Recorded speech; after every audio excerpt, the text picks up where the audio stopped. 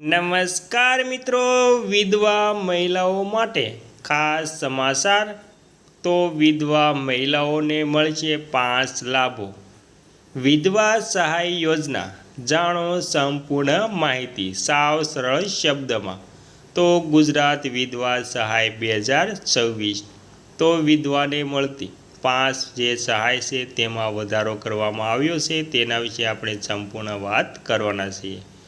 તો તમે પણ ગુજરાત રાજ્યના વિધવા મહિલા હોય તો તમારા માટે આ સમાચાર કે આ માહિતી ખૂબ જ ઉપયોગી થવાની છે।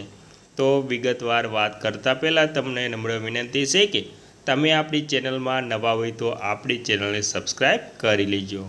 તો વિગતવાર વાત કરીએ તો જેનો આધાર નથી એવી નિરાધાર વિધવા મહિલાઓનો આધાર છે। વિધવા પુનઃસ્થાપના આર્થિક સહાય યોજના જે વિધવાઓને વિધવા સહાય ન મળતા હોય તેવા મળવાપાત્ર લાભાર્થીઓ વિધવા બહેનો ગમે ત્યારે સહાય મેળવી શકે છે।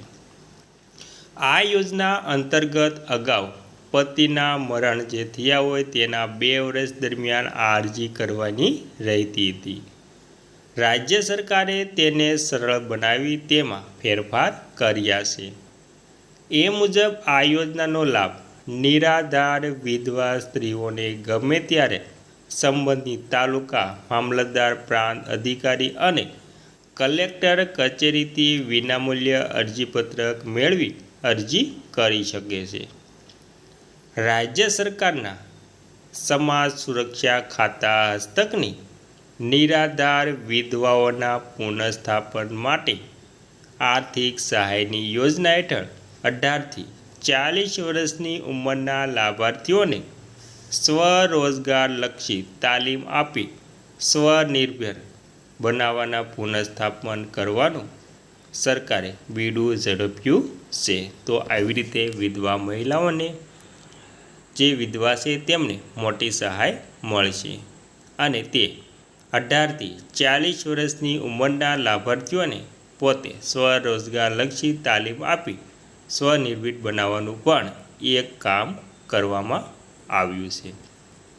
અને જે વિધવાઓને વિધવા સહાય ન મળે તેના માટે પણ ગમે તે ત્યારે સહાય માટે અરજી કરી શકે છે।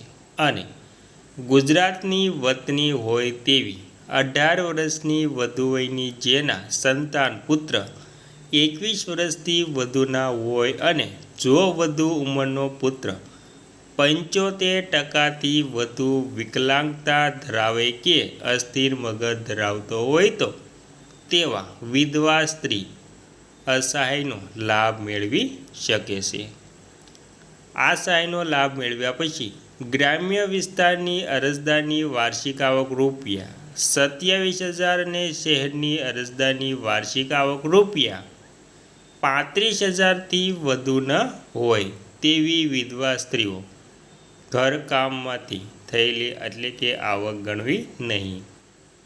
આ વિધવા મહિલાઓને જે યોજના હેઠળ માસિક રૂપિયા 750ની સહાય પોસ્ટ ઓફિસ બચત ખાતા દ્વારા વિધવા બહેનના ખાતામાં WFP એકાઉન્ટ જમા કરવામાં આવે છે। આ સાથે 2 બાળકોની મર્યાદામાં બાળક દીઠ રૂપિયા 100 પાલન બચત ખાતા જમા થાય છે મિત્રો। ત્યારબાદ વિધવા પુનઃસ્થાપન આર્થિક સહાય યોજના હેઠળના લાભાર્થીઓને સ્વરોજગારી તાલીમ આપી રૂપિયા 5,000ની મર્યાદામાં સાધન સહાય અથવા સ્વરોજગાર રૂપિયા 5,000 આપી પુનઃસ્થાપિત કરવામાં આવે છે। આજીવન એટલે કે આજીવન મળવાપાત્ર આ સહાય લાભાર્થીઓનો પુત્ર 21 વર્ષનો થતાં અથવા તો નિયત વાર્ષિક આવક કરતાં વધુ આવક તેમના પુનઃલગ્ન કાર્યમાંથી બંધ કરવામાં આવે છે। આ યોજનાના લાભાર્થીઓ પૈકી જે મહિલાઓ પુનઃલગ્ન કરવા ઈચ્છતી હોય તેમને પુનઃલગ્ન માટે જિલ્લા સમાજ સુરક્ષા અધિકારી દ્વારા પ્રયત્નો કરવામાં આવશે અને તારીખ 1/4/2008થી વિધવા સહાય યોજનાના લાભાર્થીઓને રાજ્ય સરકારની અકસ્માત જૂથ વીમા યોજના હેઠળ ₹1 લાખનું વીમા કવચ આપવામાં આવે છે. આ અકસ્માત જૂથ વીમા યોજના હેઠળ લાભાર્થીઓનું અકસ્માતે અવસાન થવાથી અથવા તો કાયમી અપંગતા આવવાથી પણ આ લાભ મળવાપાત્ર રહે છે. આ અકસ્માત જૂથ વીમા યોજના હેઠળ લાભ મેળવવા જિલ્લા સમાજ સુરક્ષા અધિકારીની કચેરીનો સંપર્ક કરવાનો રહેશે. અમદાવાદ ખાતે અપનાવા બજાર લાલ દરવાજા ખાતે લાભાર્થી સમાજ સુરક્ષા અધિકારી કચેરીનો સંપર્ક કરી શકે છે. ટૂંકા ગાળાના સ્વરોજગારલક્ષી તાલીમ માટે પણ આ કચેરીનો સંપર્ક કરી શકાય છે.